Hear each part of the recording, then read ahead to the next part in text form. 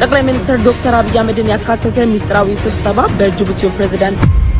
ቻይና ኣብ ጅቡቲ ዘለዋ ጽልዋ እናዕበየ ይኸድሉ ኣብ ዘሎ ግዜ ኣሜሪካ ነቲ ምስ ኤርትራ ዝነበራ ዝምድና ከተመሓይሸ ብምውሳና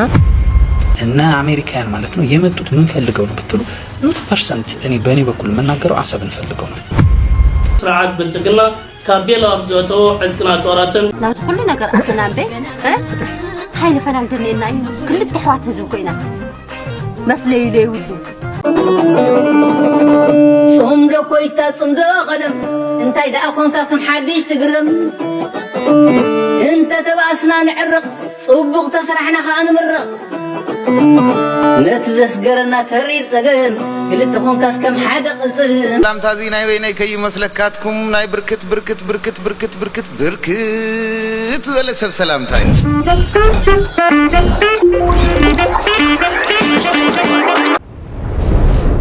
حدش ندهر حالة سبسكرايب مقاركم كينزو وعداولكم نبه فيديو كسقروكم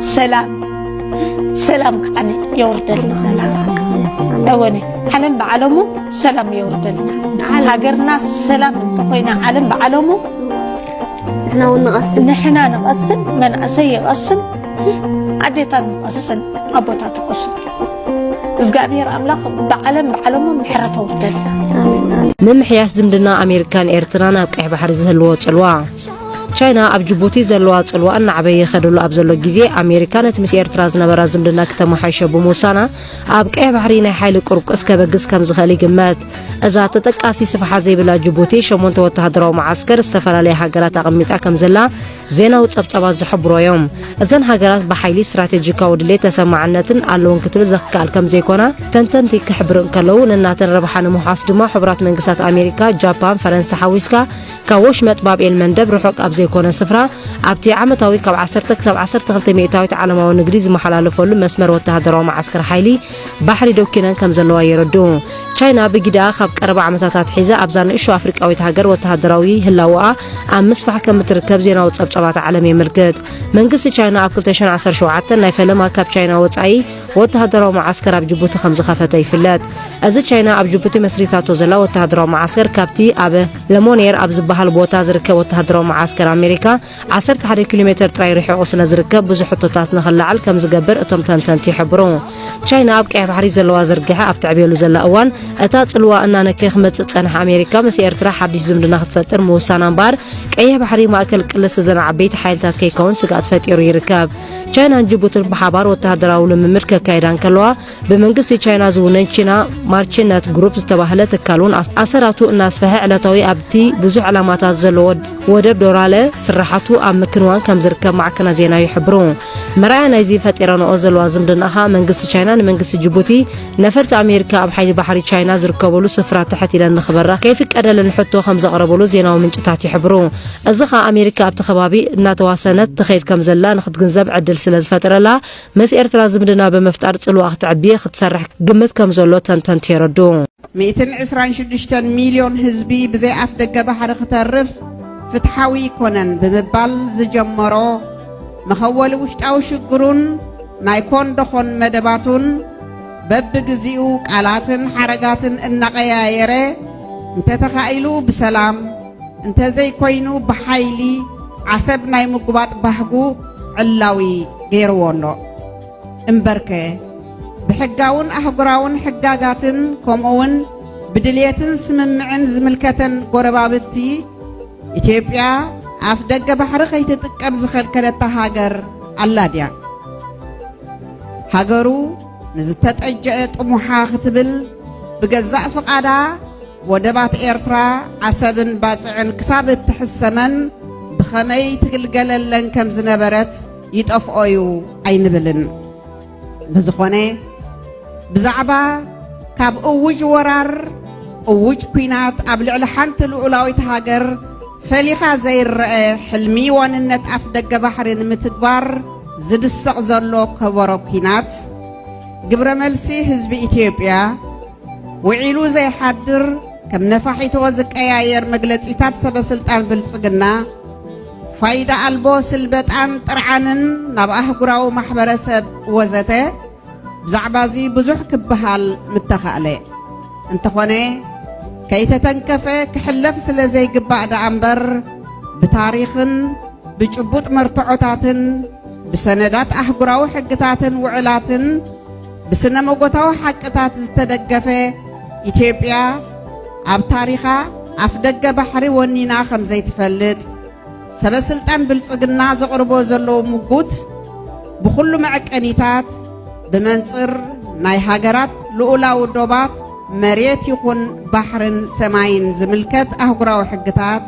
ውዕላት ስምምዓት ተቐባልነት ዘይብሉ ንጹግ ምዃኑ ንምግላጽ ርእሱ ዝኸኣለ ሰሚናር ዘድልዮ ሰፊሕ ኣርእስቲ እዩ። ዝኸበርክንን ዝኸበርኩምን ኣብ ከምዚ ዝኣመሰለ ኩነታት ነታ ኣብ 30 ዓመታት መሪር ብረታዊ ቃልሲ ኩሉ ዓይነት መስዋዕቲ ከፊሉ ናጽነቱ ዝጨበጠን ድሕሪ ናጽነት ብዶብ ዝተመኽነየ ዘይተጸበዮ 3 ወራራት ኢትዮጵያ ኣምኪኑ ልኡላውነቱ ዝዓቀበን ዶባቱ ዘውሓሰን ህዝቢ ኤርትራ እንታይ ክገብር ከም ዘለዎ ሎቦዋ ዘድልዮ ህዝቢ ኣይኮነን። ቀይሕ ባሕሪ ንዓና ንኤርትራውያን ቀይሕ ደም ሰማዕታት እዩ። ደም ኣእላፍ ጀጋኑ ተጋደልቲ ደም ናይቶም ኣብ ኣብያተ ማእሰርቲ ዝተረሸኑ ብስልኪ ዝተሓንቁ መንእሰያት ደም ናይቶም ብሰንሰለት ታንክታት ዝተጨፍለቑ ብክላስተር ቦምባታትን ናፓልምን ብደብዳብ ነፈርቲ ኣብ ቤት ንብረቶም ዝሓረሩ ሰላማውያን ዜጋታት ደም ናይቶም ካብ ማሕፀን ኣዴታቶም ብሳንጃ ጦር ሰራዊት ተጎይሖም ዝተዛሕዝሑ ዕሸላት ብሓፂሩ ብደምን ኣዕፅምትን ኤርትራውያን ዝተኸለለ እዩ ቀይሕ ባሕርና። በኢትዮጵያ ሱዳን ድንበር ላይ ውጥረት ማገርሸቱ አሁንም የተዘገበ ነው። እንግዲህ በኢትዮጵያና በሱዳን አዋሳኝ ድንበሮች ላይ ወታደራዊ ግንኙነቶች ጥሩ አለመሆናቸው መረጃ እየወጣ ነው።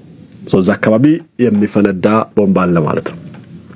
እንግዲህ ሱዳን ጦር በሁለቱ ሀገራት ድንበር በሆኑት በደቡብ ላይ ግዛትና በአልፋሻጋ አካባቢዎች ተጨማሪ ወታደሮችን እንዲሁም የጸረ አውሮፕላን መከላከያ መሳሪያዎችን እያሰማራ መሆኑ ታውቋል። የሱዳን መንግስት በድንበር ላይ ኃይሉን እያጠናከረ ነው። ኢትዮጵያ በሱዳን ለ3 ዓመታት ለዘለቀው የእርስ በርስ ጦርነት ለአማጽያን ድጋፍ እየሰጠች ነው የሚል ክስ ነው የቀረበው። የሱዳን ወታደራዊ መንግስት ኢትዮጵያና የተባበሩ ኤሚሬቶችን ከሷል። በሱዳን ውስጥ ጣልቃ እየገቡ መሆኑን ገልጸዋል። ሁለቱም ሀገራት ደግሞ ኢትዮጵያን ዩናይትድ አረብ ኤሚሬትስም ይሄንን በጽኑ አስተባብለዋል። በቅርቡ ይፋ የሆነው የዩል ዩኒቨርሲቲ ጥናት እንደሚያሳየው ኢትዮጵያ በዘር ማጥፋት ወንጀል ከሚጠረጠረው የሱዳን ሚሊሻ ጋር ግንኙነት አላት ሲል የገለጸ ቢሆንም ይህ በዲፕሎማሲ ረገድ ይጠቅማል ብሎ ስላሰበ እሱን ነው እንደ ምንጭ እየጠቀሰ ያለው። ነገር ግን በኢትዮጵያ በኩል ውሸት እንደሆነ ተነግሯል። ሱዳን በቅርቡ ለደረሰባት የድሮን ጥቃትም ኢትዮጵያ ነው ተጠያቂ ያደረገችው። ለዚህም ወታደራዊ ዝግጅት እያደረገች ነው ገልጻለች። እንግዲህ ወታደራዊ ኃይል ክምችት በአፍሪካ ቀንድ አካባቢ ይበልጥ ቀውስ ሊያመጣል የሚሉ ስጋቶችም እየሰፉ ነው ያሉት። ለመናገር እኔ ሱዳን የምትሰጠው መግለጫ የሱዳን አይደለም። ሱዳን ሉዓላዊነቷን አጣለች። አልቡርሃን እየተገረፈ ያለ፣ እየተመታ ያለ፣ እየወደቀ ያለ፣ እየተሸነፈ ያለ ነው። ሱዳን ውስጥ ያለ ካርቱም ያለ መንግስት ነኝ ባይ የግብጽ ጉዳይ አስፈጻሚ እና የአስመራ ተላላኪ ነው እንጂ ፈጽሞ የሱዳን ኃይል አይደለም። የሚወስነው ውሳኔ ለሱዳን የሚጠቅም ለሱዳን ተብሎ የታሰበ ሳይሆን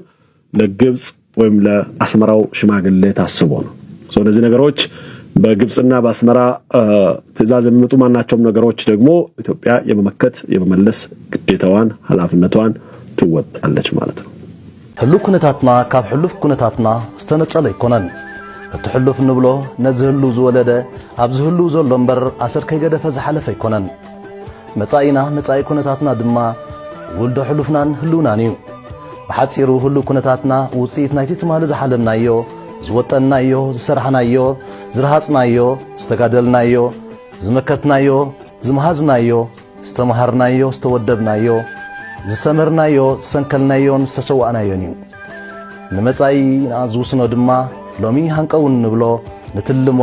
ንኽስኩሶ ሃገራውነት ነደልድሎ ሓድነት ነስጥሞ መሳርዕ ንሃንጾ ትካላት ንመሃሮ ንቐስሞ ሞያ ንውድቦ ንነጥፎ ንምክቶ ንጋደሎ ንጽዕቶ ንስንክሎን ንኸፍሎ መስዋዕትን ምዃኑ ዘጠራጥር ኣይኮነን። ኣብዚ መረዳእታት ዝተሰረተ ቀንዲ መግለጺታት ልኩነታትና እሞ እንታይ እዩ? ቁጽሪ 1 ኤርትራ ሎሚ ናጻ ላዕላዊት ሃገር እያ። ከም ናይ ብዙሓት ንማለቱ ዘይኮነ ሓቀኛ ናጽነትን ላዕላውነትን ዘሎ ሃገር እያ። ናጻ ፖለቲካዊ መስመር ትኽተል ብምጽወታ ዘይኮነስ ኣብ ነፍሳ ተመርኪሳ ተሓድር ክብረታን ክብረት ህዝባን ትሕሉ ንነፍሳ ብብቕዓት ትከላኸል እምበር ዘይትድፈር እያ። 2 ኤርትራ ናይ ህዝቢ ሓድነትን ስኒትን ዘለዋ ሃገር እያ። ካልኦት ሓድሕዶም ኣብ ዝዋጠጥሉ ዝናቐትሉን ዝቃተሉሉን ህዝቢ ኤርትራ ሓበራዊ መንነቱ ዕሚቑ ብዙሕነቱ ኽቢሩን ኣስተማቒሩን ሓድነቱ ኣደልዲሉ ብሰላምን ስኒትን ይነብር ምህላው ዓብዪ ዓወትን ምንጪ ሓይልን እዩ። ሳላኡን ሳላትስ ተኸተሎን ኩሉ ዜጋ ብዘየፈላላይ ብሓደን ብማዕርነትን ዝርኢ ኣብ ዜግነት ዝተመርኮሰ ፖለቲካዊ ስርዓትን ኣብ መንጎ ውድብን መንግስትን ህዝብን ዘሎ ሕድሕዳዊ ምትእምማንን ኤርትራ ዘቤታዊ ሰላም ዝሰፈና ሕግን ስርዓትን ዝኽበረላ ህዝቢ ወፊሩ ዝኣትወላ ሃገር እያ። 3 ኤርትራ ሃገር ማሕበራዊ ፍትሒ ድማ እያ። ኣብ ነዊሕ ታሪኽ ዝተፈጥረ ዘይምድልዳል ኣብ መንጎ ህዝብን ዝተፈላለየ ከባቢታት ሃገርን ገና እኳ እንተሎ ኤርትራ መትከል ማሕበራዊ ፍትሒ የጽኒዓ እትኽተል ንኹሎም ዜጋታታ ማዕረ ዕድላት ምፍጣር እትጽዕት ንምዕሩይ ምዕባልን ኣገልግሎታትን ኣብ ኩሉ ከባቢታት እትሰርሕ ድሒሩን ተሃሲዩን ዝጸንሐ ክፋል ህዝብን ከባቢታትን ቀዳምነት እትህብን ጋግ እተጽብብን ሃገር እያ። እዚ ድማ ሓደ ጽኑዕ መሰረት ሰላማን ርግኣታን ናይ ህዝባ ስኒትን እዩ። 4 ኤርትራ ብሰንኪ ኩናትን ተጻብኦን ማዕረ ህዝባውን ባህራውን ጸጋታታ ብመጠን እቲ ዝሓለነቶን ዝተበገሰቶን ኣብ ህንጸትን ቁጠባን ምምሕያሽ መነባብሮ ህዝብን ክትግስግስ ዕድል ዝተነፍገ ሃገር እያ። ምስናይ ዝግን ዝርካቡ ትሕዝቶኣ በገባብን ኣብቲ ቀዳምነት ዝውሃቡ ዓውድታትን እተውዕል ካብ ረድኤት ከይተጸበየት ህዝባ እትዕንግል ንህዝባ መሰረታዊ ኣገልግሎታት እንተላይ ትምህርትን ሕክምናን ብዓቕማ እትቕርብ ሰፊሕ መደባት ማሕበራዊ ደገፍ ንህዝቢ ዘለዋ ንዘተኣማምን ዕቤት ቁጠባ ድልዱል መሰረት ልምዓት ክትሃንጽ ጸንሐት ድሕሪ ናይ ዝሓለፈ ዓመታት ዕውት መኸተን ዘንጸፈቶ ባይታን ናብ ልምዓት ኣተኪራ ዘላን ከም እትዕወተሉ እትተኣማምንን ሃገር እያ። 5 ዘለናዮ ግዜ እዋን ዓብዪ ወፍሪ ዝግበረሉ ረቂቕን ሓደገኛን ባህላዊ ወራርን ስነ ኣእምሮዊ ምኽኪናትን እዩ። መንነት ህዝብታት ንምድኻም ክብርታት ንምፍሓቕ ነውርታት ንምስላኹን ንምዝርጋሕን ሓበንን ነፍሰ ምትእምማንን ንምሕጓግ ጽጋዕተኝነትን ተንበርካኽነትን ንምዝራዕ ሕብረተሰባት ሓድነቶም ኣማህሚንካ ንምግምማዕን ንምንቋትን ንምትህኑኻትን ዝዕላሙ ሰራም መጥቃዕቲ ኤርትራን ህዝቢ ኤርትራን ግን ሽዑ እኳ በዚ ወራር እዚ ኣይተተንከፉን እዮም እንተዘይተባሃለ መንነቶም ሃገራውነቶም ክብርታቶም እምነታቶም ቋንቋታቶምን ባህልታቶምን ኣጽኒዖምን እናሓየሉን ኸዱ ምህላዎም ንዘላቒ ምዕባለ ሃገርና ተወሳኺ ውሕስነት ዝኸውን እዩ። 6 ኤርትራ ናይ እንዳማታ መሬት ዘይትጥምት ናይ ካልኦት ናጽነትን ላዕላውነትን ግዛእታዊ ሓድነትን እተኽብር እምበር ዘይትጥሕስ ብመንጽሩ ድማ ንነፍሳ ንምክልኻል ናይ ማንም ፍቓድ ዘይትሓትትን ናብ ዝኾነ ቁልሒ ዘይትብልን ሃገር እያ። ብዙሓት ዘይሕሰብ ዝቖጽርዎ ናጽነታት ጨበጠትን ላዕላውነታ ዘውሓሰትን ገዛ ዓቕማ ምዃኑን ዘድሊ ብቕዓት ከም ዘለዋን ብተደጋጋሚ ዝተረጋገጸ እዩ። 7 ኤርትራ ኣብ ፈለማ መሰላን ናጽነት ብዓበይቲ ሓያላታት ዓለም ዝተሓረመት ንዓሰርተታት ዓመታት ግዳይ ዝርያን ተጻብኦን ቁሉዕ ወራርን ዝኾነት ሃገር እያ። ሎሚ እውን ካብ ሓሳድን ተጻባእን መሊኣ ኣይተናገፈትን። ድሕሪ 80 ዓመታት ነፃ መስመር ዘይተዋሕጠሎም ዓበይቲ ሃገራት ኣለዉ። ይኹን እምበር ኣብ ዞባውን ኣህጉራውን ዝምድናታታ ኣብ ዝሓሸ ቦታ ትርከብ። መሓዙታ መሻርኽታ ምስኣ ጽምዶ ዘለዎም ሃገራትን ሓይልታትን ትካላትን እናበርከቱን ሃናጺ ተረኦም እናወስኽን ይኸይዱ ኣለዉ። ኣብዚ ግንዛበ ዝሓትት ክልተ ነገራት ምልዓል ኣገዳሲ እዩ። ህሉ ኩነታት ኤርትራ ሓደ ካብቲ ካልእ ፈሊኻ ዝርአን ዝተነጻጸለን ዘይኮነስ ንሓድሕዱ ዝመላላእ ውህደት ወይ ሰነርጂ ፈጢሩ ድማ ካብ ተራ ድምር ናይ ነፍሲ ወከፍ ዓበየ ሓይልን ኣድመዓነትን ዝፈጥር እዩ። ብተወሳኺ ኣብ ነፍሲ ወከፍ ናይ ሸውዓተ መምዘኒታት ኤርትራ በቃ ዘበለት ጉድለትን ድኻምን ዘይብላ ኣይኮነትን። ከምኡ ዝበሃል ነገር ኣብ ዝኾነ ሕብረተሰብ ኣብ ዝኾነ ሃገር እውን ስለዝየለ እቲ ካብ ህዝብን ምግንባርን መንግስትን ዝሕተት ድማ نتحيال شنخ نحلخان نحيلكان نتدخامن أبرن نموجد كي تحللكا بسرحيو ስለ አሜሪካ የነገርኳችሁ ኤርትራ አሁን ያለችበትን ሁኔታ ብታዩ ማለት ነው በአሜሪካ ሂሳብ ኢትዮጵያ በጣም አብልጣ በጣም በብዙ የባህር በር የምትፈልግበት ጊዜ በጉልበትም ቢሆን አሰብን ለመጠቅለል የምትፈልግበት ጊዜ እና ያንን ነገር እንዳታደርግ ይዟታል ብላ የምታስበው አሜሪካ ምርጫው እና የተወሰኑ የውስጥ አለመረጋጋቶች እንደሆኑ እሱን ነገር ካስተካከለች በኋላ ኤርትራን እንዲሁ በጥፊ መታ አሰብን ልትይዝ እንደሆነ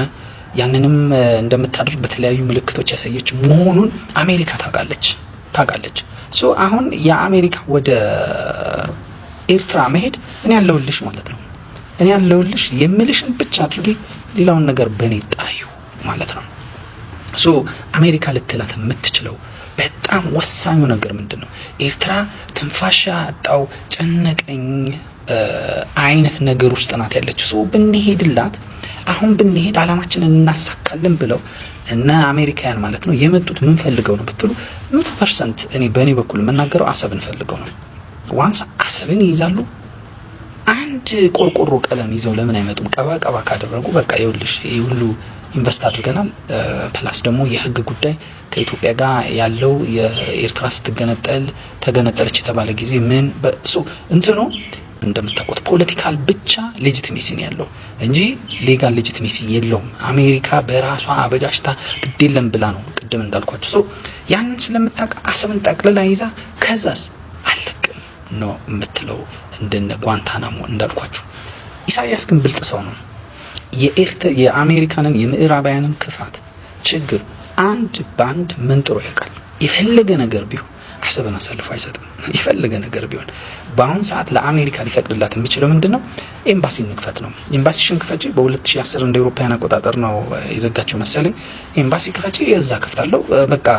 እንደ ማንኛውም ሉዓላዊ ሀገር ዲፕሎማሲያዊ ግንኙነታችን እንቀጥል አብረን እንሰራለን ወታደሮችን የማበቃበት እድል ስጪኝ መሳሪያ ይፈልጋለሁ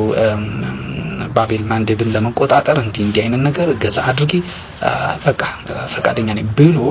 ከአሜሪካ ገዛ ይፈልጋል እንጂ አሜሪካ በኤርትራ መሬት ውስጥ ሰፍራ ቤሰርታ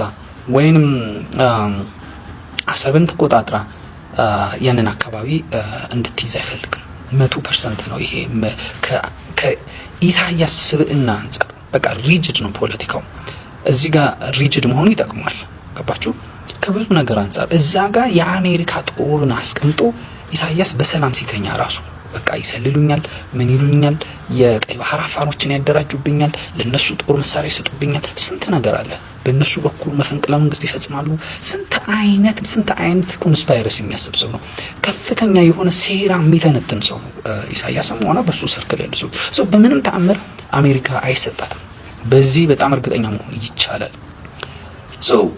አሜሪካ ምን ልታተርፍ ነው የመጣችው ልታተርፍ የመጣችው አሰብን ነው ግን ታገኛለች አታገኝም ስለዚህ ምን ታደርጋለች የሚለው አሁንም ኢትዮጵያን የመግፋት አቅሟ ከፍተኛ ይሆናል በያስባል ኢትዮጵያን በቃ ግፊ አስፈራሪ እኔም እዛ ጋር ቆሜ እጠብቃለሁ ኤርትራ በፈራች በሰጋች ቁጥር እኔም እዛ ላይ አርፋለሁ ከዛ ለማይን አሳካለሁ ብላ ነው የምትጠብቀው ጠቅላይ ሚኒስትር ዶክተር አብይ አህመድን ያካተተ ሚስጥራዊ ስብሰባ በጅቡቲው ፕሬዝዳንት እስማኤል ኦማር ጊሌ በዓለ ሲመት ላይ ተካሂዷል የጅቡቲው ፕሬዝዳንት እስማኤል ኦማር ጊሌ እንግዲህ በበዓለ ሲመታቸው ላይ ሚስጥራዊ በሆነ መንገድ በዝግ ስብሰባ ባደረጉት ቆይታ ጠቅላይ ሚኒስትር ዶክተር አብይ አህመድ እንዲሁም ደግሞ የሱዳን ሉዓላዊ ምክር ቤት ምክትል ሰብሳቢውም ደግሞ ፕሬዝዳንት ከሆኑት ጋር ምክክርን አድርጓል ምክክሩን በሚያተኩረው በሰሞኑ በኢትዮጵያና በሱዳን መካከል የተፈጠረው ውጥረት ላይ ጨምር ሊሆን እንደሚችልም ሱዳን ትሪቢዩንን ጨምሮ ሌሎች የተለያዩ ዓለም አቀፍ የሚዲያ ተቋማትም እየዘገቡት ይገኛሉ ብቻ ጅቡቲ አሁን ላይ ደግሞ አስታራቂ ሆና ብቅ ብላለች ጠቅላይ ሚኒስትሩ እንግዲህ ይሄንን ጨምሮ ሌሎች ጉዳዮችን እንዴት አድርገው እንደሚፈቷቸው የሚታወቅ ነው ቅድመ አስታት 34 አወርሃት ዒዞ ስርዓት ብልጽግና ካቤላ አፍዘቶ ዕጥቅና ጦራትን ብፍላይካ ሚሳይላትን ነፈርቱ ኪናትን ክሰርሕ ስለዘይካለ ንመንግስቲ ቤላሩስ ጻውዒታት አሪብሉ ነይሩ መንግስቲ ቤላሩስ በሚኒስተር ምክልኻል ናይታ ሃገርን ኪላታትን ተዓጂቡ ናብ ኢትዮጵያ ምንታ ነትን ኢትዮጵያ ዝተሸጠላ ጦራት ክከታተሎን ነታ አጋጢሙ ዝርከብ ዘሎ ብልሽት ንምጽጋን ተበግሶታት ክወስድ ምዃኑ ንኢትዮጵያ ምላሽ ተዋሂቡ ነይሩ መንግስቲ ቤላሩስ ነትን ኢትዮጵያ ዝኣተወላ መጫዕታት ከተግበር ከም ዘይካለ ኢትዮጵያ ኣብዛ ሕጂ እዋን ምስ ቤላሩስ ኣብ ናይ ሰሓቦክ ኩነታት ተጸሚዳ ትርከብ ከም ዘላ ትማሊ ሓደ ጸብጻብ ወፂኡ ይርከባሎ ስርዓት ብልጽግና ካብ ዝተፈላለዩ ሃገራት ኣጽዋራት ክጓረት ጸኒሕናሎን ዝበዝሕ ኣጽዋራት ናይ ስርዓት ብልጽግና ካብ ሃገር ቤላሩስ ዝመጽዩ ቤላሩስ ንኢትዮጵያ ሸጠትላ ሙዕቡል ዝበሃል ስርዓት መከላኸሊ ሚሳይላትን ነፈርቲ ኩናትን ካብ ስራሕ ወጻኢ ስለ ዝኾነ ኢትዮጵያ ነዚ ቅሬታን ጻውዒታትን ናብቲ ሃገር ኣቕሪባ ነይራ መንግስቲ ቤላሩስ ዝኣትዉ መብጻዕታት ብምርጋጽዩ ንኢትዮጵያን ስርዓት ብልጽግና ነደኽማ ይውረድላ ኢልዋ ዝርከብ ዘሎ እዚ ኸ እቲ ስርዓት ነተን ድሮናትን ነፈርቲ ኩናትን ስርዓትን መከላኸሊ ሚሳይላትን ኣሚኑ ዝገብሮ ዝነበረ ናይ 2 ዓመታት ፈኸራ ኣብ ማይ ኣትዩ ይርከብ ኣሎ ክቡር ፕረዚደንት ኢሳያስ ኣፈወርቂ ኣብ ዘካየዶ ቃለ መሕተት ነዚ ናይ ኢትዮጵያ ፈራዕን ዕሸላዊ ዕንደራን ዝምልከት ሂቦ ዝነበረ ኣገዳሲ መልእኽታት ንድሕሪት ምልሲል ካምራዩ ኣገዳሲ ስለ ዝኸውን ናይ ክቡር ፕረዚደንት ኢሳያስ ኣፈወርቂ ዘሕለፋ መልእኽቲ ሕፅር ዝበለት ቪድዮ ናባኹም ከብለ ንከታተላ